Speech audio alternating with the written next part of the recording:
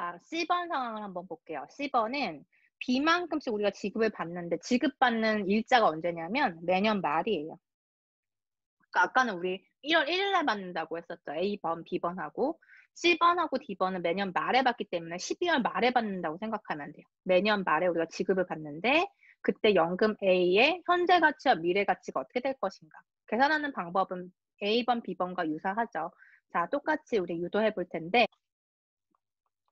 지급은 매년 말이라고 했어요. 자, 이거 유의하면 되고 그다음에 현재 가치를 한번 따져보자. 자, 현재 가치란 지금 시점에서의 가치를 의미해요. 미래에 있는 돈을 끌어와서 생각하는 거죠. 즉, 우리 지난 시간에도 얘기했지만 현재 100만 원의 가치와 1년 후에 100만 원의 가치는 다를 수밖에 없죠. 여러분한테 누군가가 내가 너한테 100만 원을 줄 건데 지금 줄까 내년에 줄까라고 하면 여러분 뭐라고 얘기할 것 같아요? 당연히 지금 받는다고 하겠죠. 왜냐면 지금 받아서 어떻게 할 수 있어요? 지금 받아서 어딘가 예치를 하면 100만 원 플러스 알파가 되니까. 그렇죠? 그리고 그 1년 사이에 어떤 일이 일어날지도 모르는 일이고. 그렇죠? 그래서 아주 극한 상황으로 생각하면 1년 사이에 전쟁이 일어났다. 그럼 돈 못 받잖아요. 그렇죠? 그래서 그런 상황까지 이제 생각하고 그런 리스크까지 고려를 한다면 당연히 지금 받는 게 이득인 거죠. 그게 이제 시간 가치란 개념이었죠. 자, 그러면 현재 가치를 한번 생각해 보자. 역시 우리 타임라인 생각하고 이렇게 그려볼게요. 자, 자, B라고 하는 돈을 우리가 지급을 받아요. 그런데 지금 매년 말에 받는다고 했으니까 지금 여기 이 시점이 현재. 우리 지금 1월 1일에 살고 있어요. 2020년 1월 1일이라고 하고 지금 받는 게 아니라 12월 말에 받으니까 사실 지금으로 따지면 1년이란 기간이 지나서 받는 거예요. 첫 번째 돈은 1년 후에 받는 거죠. 지금 현재 나는 60살. 그러니까 여러분이 정년퇴직했다고 가정하고 60살이고 현재는 2020년 1월 1일인데 내가 지금 받아야 되는 연금은 매년 말에 지급되는 상품이다. 그러면 지금 받는 게 아니라 어쨌든 12월까지 1년을 거의 거쳐서 말에 받는 거죠. 그러니까 실제로 첫 번째 돈을 받는 시기는 이 시기가 될 거예요. 딱 1년이 지난 직전에, 그죠? 그래서 말에 받는 거죠. 그렇게 따지면 이제 1년이 지나는 거예요. 그러면 B라고 하는 돈을 받는데 B라고 하는 돈의 현재 가치를 생각해야 되니까 이 첫 번째 받는 B라고 하는 돈을 현재 이 시점으로 끌고 와서 생각하면 어떻게 해야 된다? 디스카운트를 하는 거죠. 할인이라는 개념이 들어갔었죠. 그래서 어떻게 계산해요? B 나누기 1 플러스 R의 기간수인데 지금 기간은 얼마다? 1년으로 보는 거죠. 지금 연초고 12월 말까지 계산하는 거니까 1년에 해당이 돼요. 현재 가치를 끌어오면 할인이 되는 개념인 거예요. 자, 그 다음에 자, 이제 2년이라는 시간이 지나서 이 2년 되기 직전 말에 우리가 지급을 받는다고 하면 그 돈을 현재로 끌어와서 생각을 해보자. 그럼 2년간 시간이 흘렀고 그럼 그 돈은 현재 가치로 따지면 뭐다? B 나누기 1 플러스 R의 제곱이다. 이렇게 볼 수가 있는 거죠. 그죠? 자, 그리고 어디까지 이제 계산을 해야 될까요? 우리가 N번 지급을 받기 때문에 매년 말에 받기 시작하면 1년이 되기 직전에 한번 받고 해서 어디까지 가요? N년이 되는 그 직전 말에 한번 받고 마지막으로 끝나는 거죠. 그럼 이제 이 시점까지 우리가 받는다고 생각하면 이때 돈은 끌어와서 B 나누기 1 플러스 R의 몇 제곱이 되나요? 총 기간을 이제 생각해보면. 자, 여기서도 우리 생각해보면 여기 1년이라는 시간이 지나서 1, 2년이라는 시간이 지나서 2. 그러면 몇 년이 지나서 N이다? N년인 거죠.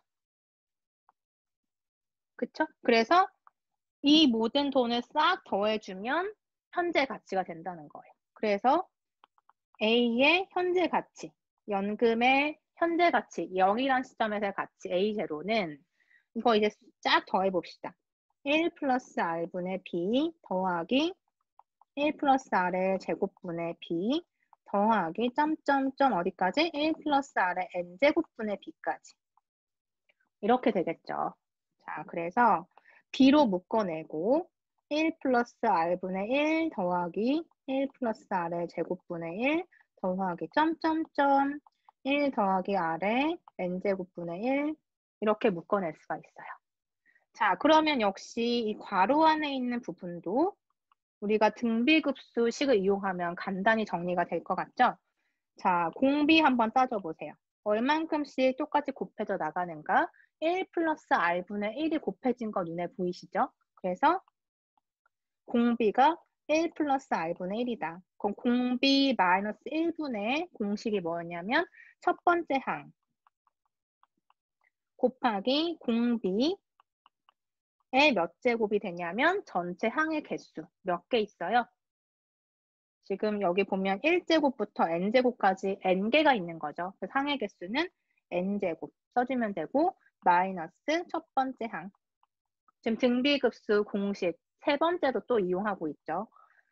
자, 그러면 b 곱하기 자, 분모 통분합시다. 그럼 1 플러스 r분의 1 마이너스 1 플러스 r 이렇게 될 거고 그 다음에 분자는 1 플러스 r에 n제곱하고 하나 더 있으니까 우리 지수법칙 쓰면 n 더하기 1제곱이 되고 1은 어차피 몇 제곱을 하든 1이니까 분자는 그냥 1이라고 쓴 거예요. 그리고 마이너스 1 플러스 r분의 1 이렇게 계산이 되겠죠. 자, 그리고 분모를 다시 한번 정리해 봅시다. 얼마가 되죠? 1 플러스 r분의 마이너스 r이네요. 자, 그럼 그것분에 여기도 이제 정리를 하면 1 플러스 r에 n 플러스 1분의 1 마이너스 1 플러스 r분의 1 이렇게 되겠죠. 그렇죠? 자, 그러면 b 곱하기 우리 아까 a번이었나요? 계산할 때 이렇게 분모에 있는 것을 역수 취해서 뒤집은 다음에 곱하면 되니까 마이너스 r분의 1 플러스 r로 곱해버리고 나머지 항을 옆에다 곱할 거예요. 그런데 지금 가만히 들여다보니까 1 플러스 r분의 1이라는 공통인수가 있으니까 공통인수로 묶어내고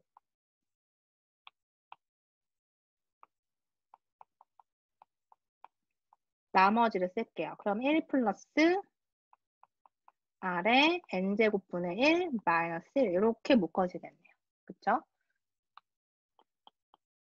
자, 그러면 이제 정리를 조금 더 해보면 이렇게 두 개의 텀을 봤을 때 1 플러스 r 약분 가능하죠. 지금 곱하기인 거니까. 자, 그럼 약분했고 남은 것은 마이너스 r분의 1 곱하기 1 더하기 r의 n제곱분의 1 마이너스 1이에요. 그쵸? 자, 그러면 b 곱하기 여기 마이너스 1을 여기에다가 적용을 시켜서 즉 괄호 안에다가 마이너스 1을 곱해버리고 r분의 1이라고 본 다음에 마이너스를 곱하면 어떻게 되죠? 마이너스 플러스 1 이렇게 될 거니까 순서 조절해서 1 마이너스 1 플러스 r의 n제곱분의 1 이렇게 정리할 수 있고 그리고 이 r은 나중에 곱할 건데 일단 이 괄호부터 정리를 해주면 1 플러스 r의 n제곱으로 통분 가능하죠. 자, 통분하고 1은 1 플러스 r의 n제곱 이렇게 하면 이제 이렇게 해서 1이 만들어지고 마이너스 1 이렇게 하면 통분되는 거고 그쵸? 거기에다가 r을 곱하면 되니까 분모에다가 r을 이렇게 곱하면 되네요. 자, 그래서 이제 이런 식이 유도가 된 거예요. 이게 이제 C번의 형태인 거고 C번 보이시죠? 자, 여기에 또 오타가 있네요. 여기 괄호는 이렇게 여러분 지워주시고요. 우리 지금 유도한 식 결과 이렇게 확인할 수 있어요. 현재 가치 구한 거고. 그 다음 D번은 뭐냐면 C번 상황하고 똑같아요. 매년 말에 우리가 지급을 받는데 대신에 미래 가치를 한번 또 계산해 보자라는 거예요. 자, 이런 타임라인이에요. 매년 말에 받는데 대신에 미래 가치를 구하는 거예요. 현재 가치가 아니라 이 시점에서의 가치를 계산하고자 하는 거예요. 자, 그럼 D번도 한번 생각해 봅시다. 마지막으로. 자, 현재 시점 0, N년 이렇게 생각해 봅시다. 자, 그러면 이제 1년, 2년, n년 요렇게 따져봤을 때 우리가 지금 여기 n년 전에 n년 1년 전 n-1년 요 시점도 존재하겠죠. 그럼 이때 받는 B1이라는 돈의 가치는 얼마가 될까요? 우리 지금 여기에서 보고 싶어요. 미래 가치 계산하고자 하는 거기 때문에 자, 어떻게 하면 되죠? 우리가 매년 말에 받는다고 했으니까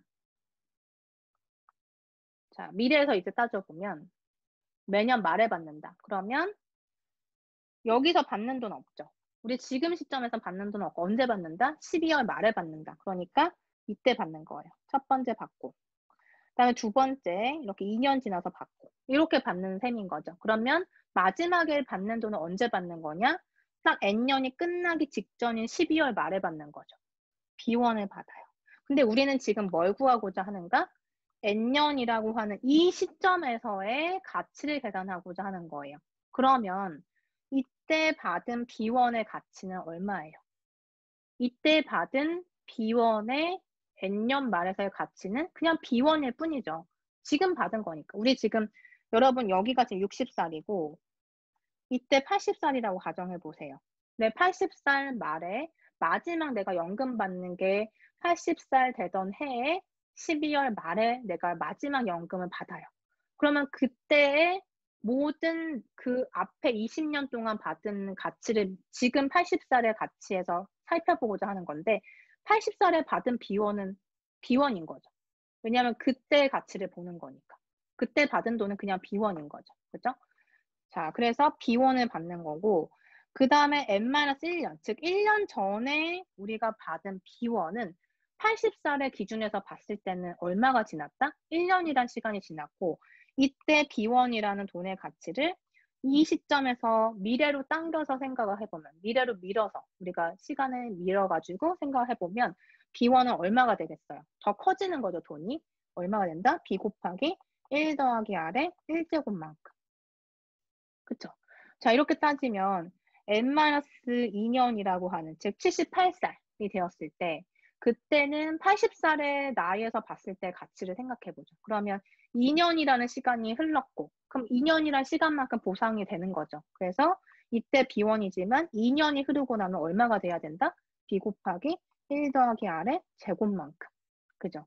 그래서 지금 나의 목적은 뭐냐면 이 시점에서의 모든 받는 돈의 가치를 환산하는 거예요. 그래서 다 미래 시점으로 해서 다 더해보는 거죠. 얼마가 될 것인가. 자, 그러면 이런 식으로 따진다면 이때 받은 돈은 얼마가 지나는 거다? 기간이? 우리 이거 인덱스 같이 한번 따져볼게요. 아까 한 거랑 똑같은데 N-1년하고 기간 1년 더하면 N이 되게끔 맞춰주면 돼요. N-2년에서 2년이 지나서 N이 되는 거죠. 더해서 N이 되는 거 숫자 맞춰주면 되니까 지금 2라고 하는 이 시점하고 얼마가 지났을 때 N이 되는가? 얼마 지난 거죠?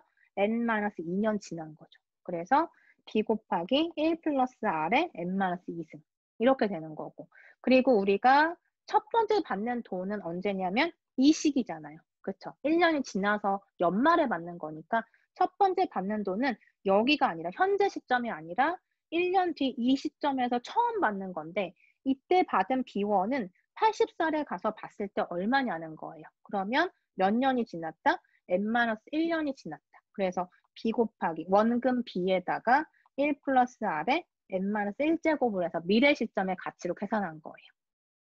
쉽게 얘기해서 현재 가치는 미래 가치에서 할인된 금액이고 미래 가치는 현재 있는 그 돈에서 불어나는 돈이라고 생각하면 돼요.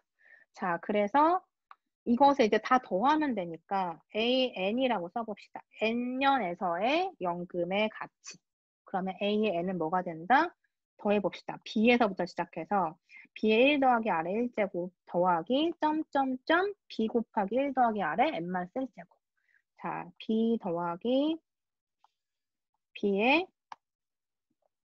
1 플러스 R 더하기 점점점 더하기 B의 1 플러스 R의 N-1제곱. 이거 계산하면 되는 거예요. 자, 그래서 B라는 공통항으로 묶어내고 1 더하기 1 더하기 R 더하기 점점점 1 더하기 R의 n-1제곱. 자, 그러면 공비 구해봅시다. 공비가 얼만가요? 얼만큼씩 곱해져 나가고 있죠? 1 플러스 R만큼. 그래서 공비 1 플러스 R 마이너스 1 분의 첫 번째 항 초항 곱하기 공비의 최종 연수. 몇 년이에요? 여기 1제곱, 2제곱, n-1제곱, 총 n-1개인데 하나 더하니까 n개가 되죠. 그래서 n제곱 마이너스 초항. 자, 그래서 이건 뭐 별로 계산할 게 없네요. 분모가 R이 되는 거고 분자는 1 플러스 R의 n제곱 마이너스 1이 되겠네요. 그쵸? 그래서 이게 이제 D번에 대한 솔루션이에요. 그래서 다시 강연으로 가보면 D번에 매년 말에 지급받고 미래 가치를 계산해 보니까 이와 같더라 라는 결과가 유도가 된 거죠. 자, 우리 지금 오늘은 ABCD번, 즉 연금의 현재 가치와 미래 가치를 계산했고 언제 지급받느냐에 따라서 우리가 조금씩 식이 달라지는 거 확인했어요. 자, 이제 우리 3장으로 넘어가고요. 3장은 어떤 내용이냐면 파생상품에 대해서 얘기를 할 거예요. 우리 2장까지는 이제 연금 가치까지 얘기를 했었는데 뭐 이자 계산도 해보고요. 복리 이자 계산도 했고 그리고 이제 연금의 현재 가치, 미래 가치 이렇게 시간에 따른 가치에 대해서 우리가 생각을 해봤죠. 3장에서는 파생상품을 다룰 건데 파생상품은 여러 가지가 있어요. 그래서 우리가 이제 보통 은행에서도 우리가 예금, 적금과 같은 금융상품을 거래하지만 선물거래소와 같이 그런 큰 금융거래소에서 선물이라고 하는 거래를 하기도 하고요. 그리고 옵션이라고 하는 상품을 거래하기도 하죠. 그래서 여의도에 보면 그 예전에 이제 선물 옵션 거래소라는 게 있었는데 지금 이제 명칭이 바뀌었죠. 한국거래소에서 얘기를 하고 있고 그리고 이런 거래소들은 전 세계적으로 이제 나라마다 이제 있는 그런 거래소라고 생각하면 되고 이제 어떤 상품들이 거래가 되고 있는지 그리고 그 역사가 어떻게 되는지 그리고 수학적으로 우리가 어떻게 계산할 수 있는지 이익이 어떻게 되는지 이런 상품들을 통해서 우리가 어떤 이익을 취할 수 있는지 이런 것들에 대해서 얘기를 하려고 해요. 자, 그래서 처음에 이제 파생금융상품에 대한 정의를 한번 볼게요. 파생금융상품은 Financial Derivative라고 하는데 Derivative는 사실 우리가 도함수라는 용어로 쓰기도 하죠. 근데 여기서는 도함수의 개념이 아니라 금융상품이에요. 그래서 Financial Derivative라고 하면 금융파생상품 또는 파생금융상품 이렇게 불리는 상품명인 거고 자, 이것의 정의가 뭐냐면 기초자산의 가격 변동으로 인한 손실 위험을 상쇄하거나 위험을 최소화한 상태에서 수익을 확보할 수 있도록 고안된 상품이다. 그리고 미래 시점에서의 매매를 일정한 조건으로 미리 정하는 계약을 파생금융상품이라고 한다. 자, 그래서 여기서 이제 보이는 단어들을 여러분이 보면 미래 시점, 그리고 매매, 일정한 조건, 미리 정한다. 뭐 이런 얘기들이 보이죠. 그리고 여기서 위험이라는 말이 보이는데 위험이라고 하는 것은 불확실성에 대한 위험인 거예요. 그러니까 예를 들어서 여러분이 지금 현재 아주 핫한 어떤 아이템을 사고 싶다. 그런데 그게 이제 가격이 너무 사람들이 좋아하니까 그리고 수요가 많아지니까 가격이 폭등할 것 같다. 그러면 이제 이거를 내가 못 사게 될까 봐 조금 조마조마한 마음이 있잖아요. 그러니까 그런 것들을 이제 생각하면 나중에 그게 너무 가격이 올라서 내가 못 살 수도 있는 상황이 될 수도 있고 그래서 이런 불확실성인 거죠. 그러니까 내가 살 수 있을지 없을지 그런 상황에 대해서 그런 위험이라고 얘기를 하는 거예요. 위험이라고 하는 것은 그런 의미를 가지고 있고 그래서 그런 위험을 최소화할 수 있는 그리고 내가 이제 수익을 확보할 수 있도록 그러니까 나에게는 피해가 없도록 할 수 있는 어떤 고안된 상품이라고 보면 되고 마치 이렇게 생각하면 되죠. 우리가 뭐 건강보험 같은 거, 암보험 같은 거 가입하잖아요. 그죠? 여러분 중에서는 뭐 가입한 친구들도 있을 거고 부모님이 해주신 경우도 있을 텐데 그런 보험이라고 하는 상품도 사실은 미래에 대한 불확실성, 그러니까 내가 건강하지 않을 때 대비하는 거고 그때 이제 이익이라고 하는 것은 나한테 이제 어떤 병이 걸렸을 때 그 병에 대해서 그 병을 치료하는 그 돈에 대해서 보험사에서 지급을 해주는 거잖아요. 그러니까 그런 미래에 대한 불확실성을 지금 나에게 어떤 이익이 생길 수 있도록 상품을 만들어서 그걸 우리가 지금 구입을 해서 그런 이익을 보는 거죠, 어떻게 보면. 그래서 이런 뭐 보험 같은 상품도 역시 뭐 어떤 하나의 일종의 금융 상품이라고 생각할 수 있다면 파생 금융 상품 역시 우리한테 이익이 되도록, 그래서 우리 개개인에게 뭐 어떤 이익이 확보될 수 있도록 미래에 내가 어떤 조건으로 이렇게 이렇게 사겠다 또는 팔겠다 이런 계약을 하는 것을 금융 파생 상품, 파생 금융 상품이라고 하는 거예요. 그래서 이 상품에 대해서 여러 가지 예가 있는데 그중에서 우리는 선도라고 하는 상품을 알아볼 거고요. 선물이라고 하는 체계랑 옵션이라고 하는 상품에 대해서 알아보려고 해요. 그리고 이 파생금융 상품은 이제 수학적으로 들어가면 굉장히 어려워지는데 우리는 이제 이런 내용이고 그리고 어떻게 계산이 되는지 간단한 형태만 볼 거고요. 깊이 들어가면 사실은 경제나 뭐 경제학과나 수학과, 대학원 이상의 과정이기 때문에 여러분들에게는 이런 것들이 있다 정도로 설명을 하려고 해요. 그래서 아주 기본적인 내용이니까 잘 생각해 보면 여러분이 충분히 따라올 수 있는 내용이에요. 자, 예제 1번 보시면 파생금융상품의 예라고 해서 주식 매매, 자금의 차익과 대출, 외환거래 등 이렇게 되어 있는데 주식 여러분 하고 있는 친구들 있나요, 혹시?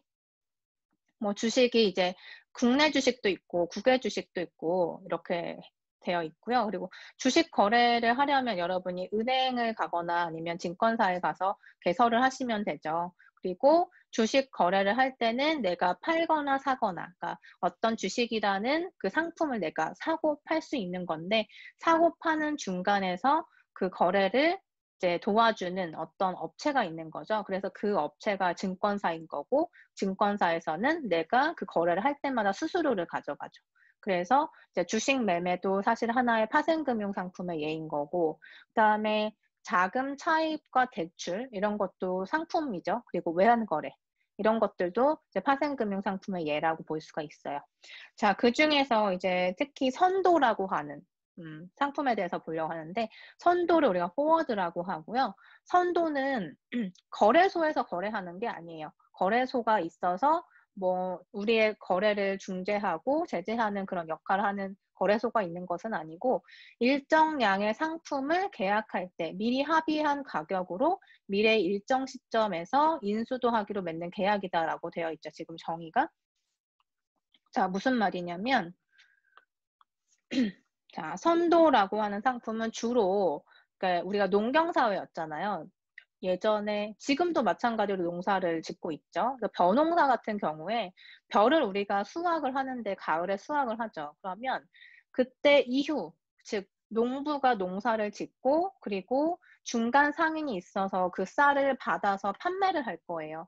그런데 그 벼농사라고 하는 것이 수확이 풍년이 될 수도 있고 흉년이 될 수도 있죠. 그래서 가을이 돌아올 시점이 되면 농부도 그렇고 중간 상인도 그렇고 이것이 잘 팔릴 것인가가 굉장히 이제 우려가 되는 시기가 될 수도 있죠. 예를 들어서 막 비가 많이 안 내렸다. 그 해에 비가 너무 안 내려서 벼농사가 좀 잘 안 됐다. 이런 경우가 있을 수도 있고요. 아니면은 이번에는 토질도 좋고 햇빛량 일조량도 좋고 그리고 비도 잘 내려서 벼농사가 잘 될 것 같다. 그래서 가을에 수확이 클 것 같다. 뭐 이런 예측 가능한 상황도 있지만 우리가 예측 불가능한 불확실성이 있기 때문에 이 상품이 가을에 나왔을 때 벼의 그 쌀을 이제 도정해서 나왔을 때 이것이 가격이 폭등할 수도 있는 거고 폭락할 수도 있는 상황인 거잖아요. 그러니까 농부의 입장에서는 내가 열심히 농사 지은 쌀이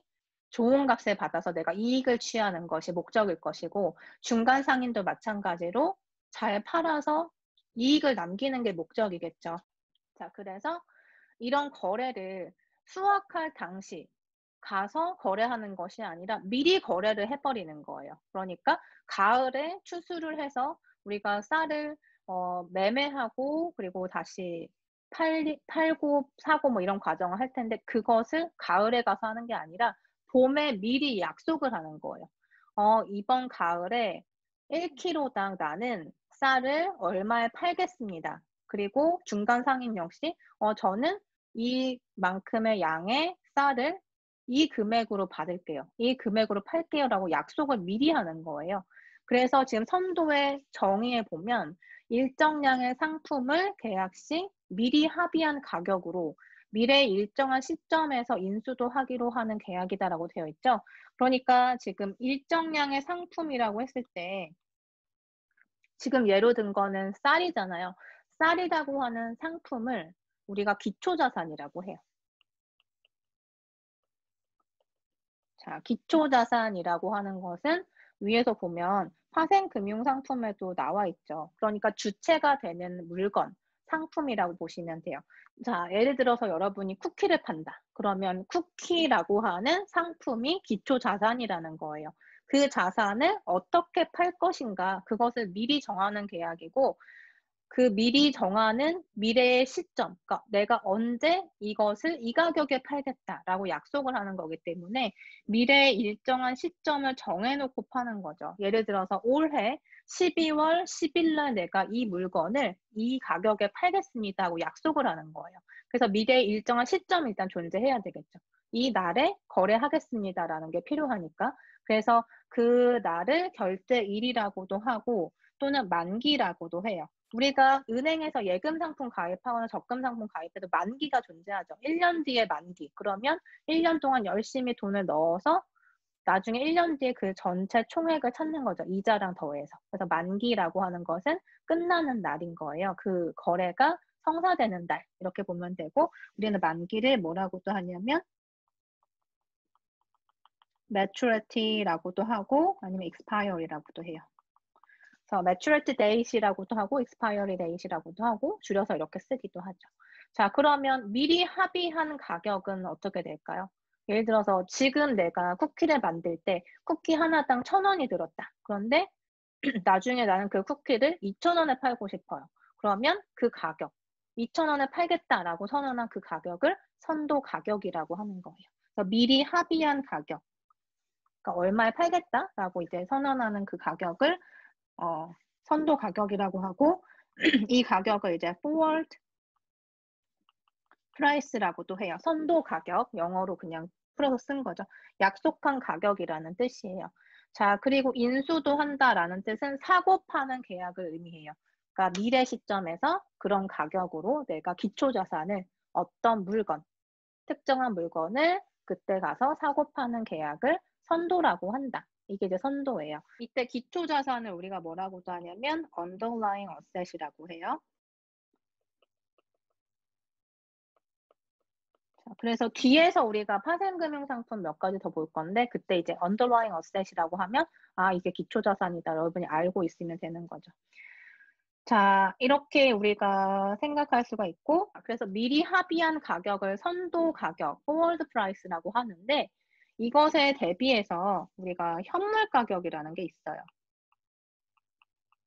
현물 가격은 spot price라고 하는데 예를 들어서 여러분이 지금 시장에 갔다. 시장에 갔더니 쿠키가 하나에 1,500원에 팔더라. 그러면은 그 1,500원이 현물 가격인 거예요. 그래서 현물 가격은 실제 시장에서 형성된 가격을 의미하고 선도 가격은 내가 미래 시점에 받을 수 있고 그리고 그때 거래하는 가격을 선도 가격이라고 하는 거죠. 팔거나 살 수 있는 그 정해진 가격. 그래서 미래 시점에서의 가격이 선도 가격이고 현물 가격은 시장에서 형성되는 가격이에요. 미래든 지금이든 어쨌든 시장에서 형성되어 있는 가격을 현물가라고 한다. 자, 그럼 예를 들어서 지금 내가 쿠키를 내년에 2,000원에 팔기로 계약을 했어요. 그런데 실제로 내년이라는 시점이 돼서 보니까 시장에서는 쿠키를 1,500원에 파는 거야. 똑같은 그 재료로 만든 쿠키를. 그러면 그 1,500원을 현물가라고 하고 내가 미리 정한 그 가격 2,000원은 선물 가격이라고 하는 거예요. 자, 그러면 우리 이어서 예제 2번부터 해서 문제 풀어보고 다음 선물로 넘어갈게요.